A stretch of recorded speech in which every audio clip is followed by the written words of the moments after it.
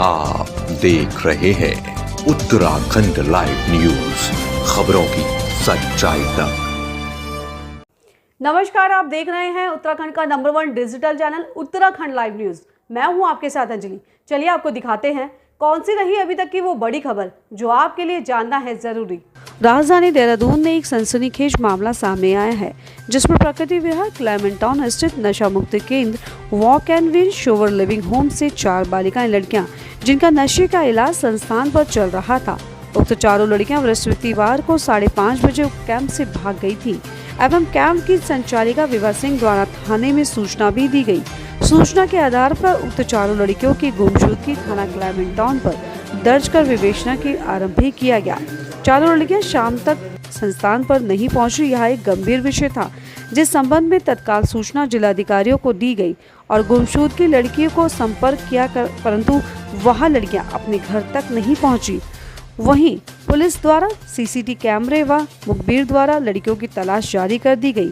24 घंटे के अंदर वह लड़कियां अवगत की गई, परंतु उन चारों लड़कियों ने संस्थान संचालक पर आरोप लगाया। आइए सुनते हैं उन्हीं की मुंह जुबानी कि संस्थान के संचालक पर क्या आरोप लगाया है। 6 मई से मैं मम्मी ने मेरा पिकअप करवाया था और स्टार्टिंग में तो मतलब बोला तो गया था कि लव केयर का ट्रीटमेंट चलता है वहाँ पे। अच्छा, प्रोग्राम पहले आप ये बता दें कि नशा क्या करते थे, कब से नशा कर रहे थे? नशा I was doing from 2018 smack का, और उसी वजह से बीच में मम्मा ने मेरे को पहले भी एक रिहाब में पैक किया था। वहाँ पे भी कुछ सीन लड़कियों के साथ ऐसे ही था, इसलिए मेरी मम्मा ने मुझे 4th मंथ में निकाल दिया था वहाँ से। फिर कुछ सर्कमस्टेंसेस आए कि मैंने फिर से पिकअप कर लिया उसको। मम्मा ने फिर से मुझे पिकअप कराया मेरा ये वॉक इन बिन में, जो यहाँ पे I don't know the address.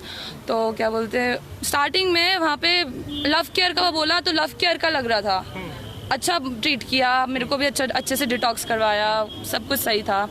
धीरे धीरे टाइम बढ़ता गया। 1 मंथ हो गया मुझे। मेरी मम्मी की फर्स्ट मीटिंग आके चली गई, मम्मी से मिली, मैंने मम्मी को बोला सॉरी एंड ऑल दैट। मैंने बोला अच्छा सेंटर है, मैं रह सकती हूँ यहाँ पे और मैं अपना रिकवरी देखूंगी। तो मम्मी भी खुश होके गई। उसके बाद धीरे धीरे मुझे पता चला कि वहाँ पे नशा मिलता है, और क्योंकि लड़कियाँ साथ में रहती थी तो 2-3 ग्रुपिज्म करके टॉयलेट में रहते थे, 2-3 घंटे लगते रहते थे। हम सोचते थे कि ये 2-3 घंटे अंदर कर क्या रहे हैं, क्या कर रहे हैं। फिर है एक एडिक्ट को पता चल जाता है कि कुछ चल रहा है गलत वहाँ पे। तो ऑब्वियसली मैंने एक बार पूछा कि तुम लोग क्या करते हो इतने टाइम तक वॉशरूम में? तो उन लोगों ने बोला कि हमको तो नशा मिलता है, हम नशा करते हैं। मैंने बोला नशा मिलता है, मतलब नशा मुक्ति केंद्र में तुम्हें नशा कैसे मिलता है? तो उन्होंने बोला तुझे भी करना है क्या? ऑब्वियसली उस टाइम एडिक्ट माइंड था। कोई भी आपके सामने आपका COD रखेगा, चॉइस ऑफ ड्रग रखेगा, तो तुम मना नहीं करोगे ऑब्वियसली। हाँ, तो मैंने बोला हाँ भाई, जब तुम मिल रहा है तो व्हाई नॉट। तो उन्होंने बोला उसके लिए तुझे कुछ करना पड़ेगा। पर तो आई वाज लाइक कि क्या करना पड़ेगा मुझे? तो उसने बोला जो हमारा सेंटर का डायरेक्टर है ना, विद्या दत्त रतूरी, मैंने बोला हाँ, तो तुझे उसके साथ फिजिकल होना पड़ेगा, तो वो तू जितना सामान मांगेगी वो उतना ला के देखो देगा। मतलब आई वाज सो शॉक्ड। छेड़ा जाता था हमारे सामने, CCTV कैमरा के सामने भी, पर वो ज़्यादातर ऑफ ही रहता था और रिकॉर्डिंग का भी कोई सीन नहीं था, उन्होंने जानबूझ के ऑफ करवा रखा था वो।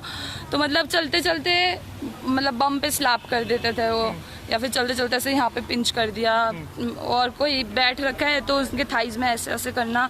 ये हरासमेंट वहाँ पे चलता रहता था लाइक 24 आवर्स। मतलब हमको नीचे बैठने में डर लगता था, इसलिए हम अपने कमरे में ही रहते थे ज़्यादातर, कि अगर हम नीचे गए तो ये छेड़ने लग जाएंगे। प्रोग्राम सीखने आई थी, फिर यहाँ पे और लड़कियों के साथ भी गलत होता था, तो यहाँ पर वो भी मेरे को गलत टच, क्योंकि मैं सबसे छोटी थी। कब पता चला आपको? कितने दिन पहले आए थे यहाँ पे?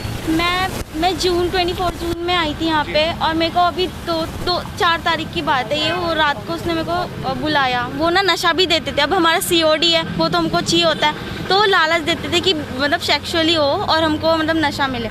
तो वो उसने मेरे साथ छेड़छाड़ करी, तो मैंने उसको धमकी दी। मैंने कहा तेरे साथ अच्छा नहीं होगा, मेरे साथ करने की कोशिश मत करना। और एक्चुअल में जिसके साथ रेप हो, लड़की जो है अभी उसका मेडिकल होगा, तो इसलिए मैं ना डर गई थी। तो मैंने अपनी मम्मी को, जब मैं चाहती थी कि वो आए, वो ये घर वालों से भी बात नहीं करवाते थे हमारी, हमें पहले डरा देते थे या स्टूल दे देते थे कि अगर तुम ऐसा करोगे हम तुम्हें भी मारेंगे और तुम्हारे घर वालों का भी कुछ ना कुछ कर देंगे। तो ये कंडीशन थी कि हम वहाँ पे बिल्कुल एकदम से मतलब झेल नहीं पा रहे थे, कैद थे हम। तो मतलब और मैं तो अपनी मम्मी को सब कुछ बता भी चुकी थी। और अगर हम रोते थे ना मीटिंग में, तो उसका भी हमें कुछ ना कुछ कॉन्फिडेंस मिलता था कि स्टूल पे बैठो, कीड़ों वाला खाना खाओ। हमें बहुत बहुत बहुत परेशान थे हम उस सर से। लड़कियां हैं देखो, और ये इंडिया है ना, लड़कियां हैं, हम कहाँ रखे बच्चे को? बच्चा हमारा बिगड़ा हुआ नहीं है, स्मैक बिगड़ा हुआ है। बच्चे बहुत सारे हैं जो बिना स्मैक के भी घूमते फिरते होश में रहते। स्मैक बीमारी ऐसी है, पेरेंट्स भी नहीं समझ पाते। मैंने तो बहुत सर्च किया, इसलिए मुझे समझ में आ गया। स्मैक ऐसी चीज़ है कि मतलब आप उसको लेने के बाद एक कैंसर बन जाता है बॉडी में। वो बॉडी का डिमांड है। आप 1 महीने तक बच्चे को पानी ना दो, किसी भी इंसान को, बच्चा क्या कोई जानवर को, उसके बदले फिर 1 महीने बाद आप पानी दिखाते हो और बोलते हैं ये ले पानी, ये पीने के लिए तुझे ये करना पड़ेगा, तो ये स्मैक की कंडीशन हो जाती है कि अगले दिन उसे चाहिए होता है। तो ऐसे में बच्चा खराब है, हम कहाँ डालें? बच्चे को गुस्सा आ रहा है, बच्चा अपना हाथ काट रहा है, बच्चे को हम बंद कर रहे हैं घर में, बच्चा अपना सर फोड़ रहा है। लोग तो कह देते हैं माँ बाप नहीं देख रहे हैं, माँ नहीं देख रही है, या पिताजी नहीं देख रहे। ये सारी गलत बात है। बच्चे ने वो जहर पिया है, वो जहर काम कर रहा है, बच्चा नहीं काम कर रहा है। अब क्या करें? अब उसका सेंस ख़त्म हो गया। अब हम जाते हैं इलाज के लिए, डिटॉक्स करा दिया, खून से निकाल दिया उसका गंदगी, लेकिन वो 9 महीने तक हटता नहीं है शरीर से। अब 9 महीने तक हम हॉस्पिटल में रखे, चलो रिहैब में रखा। रिहैब में रखने के बाद रिहैब में कहीं लड़कियां सेफ ही नहीं है। बिल्कुल पहले भी ऐसे ही हुआ, हमने एक्शन नहीं लिया। मैं खुद अपने फैमिली से परेशान हूँ, बच्चे से परेशान हूँ।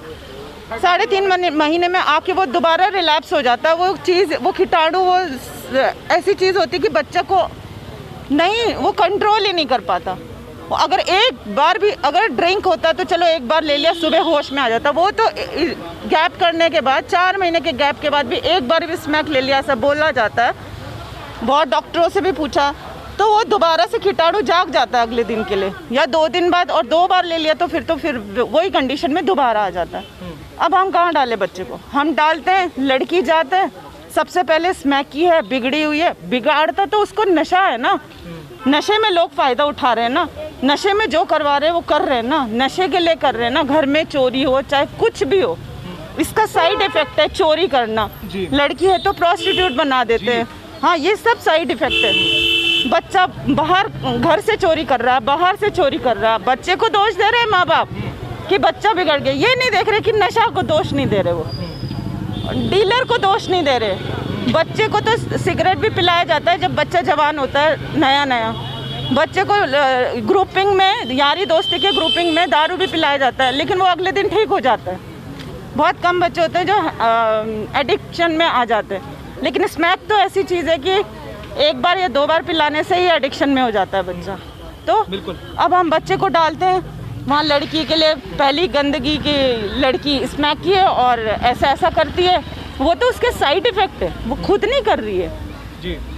तो अब हम क्या करें? सबसे पहले उसी पे नज़र जाएगी कि तू ये करेगी मैं हमारे साथ, और चलो वो भी ठीक है, वो गंदगी नज़र तो है ही है। दूसरा फिर उसका बेनिफिट उठाते कि बीड़ी दिखाएंगे उनको सेंटर में, नशा दिखाएंगे कि ये देखो। अब वही उसकी कमज़ोरी उसी के सामने रख रहे हैं कि ये नशा करोगी तो हमारे साथ ये करना पड़ेगा।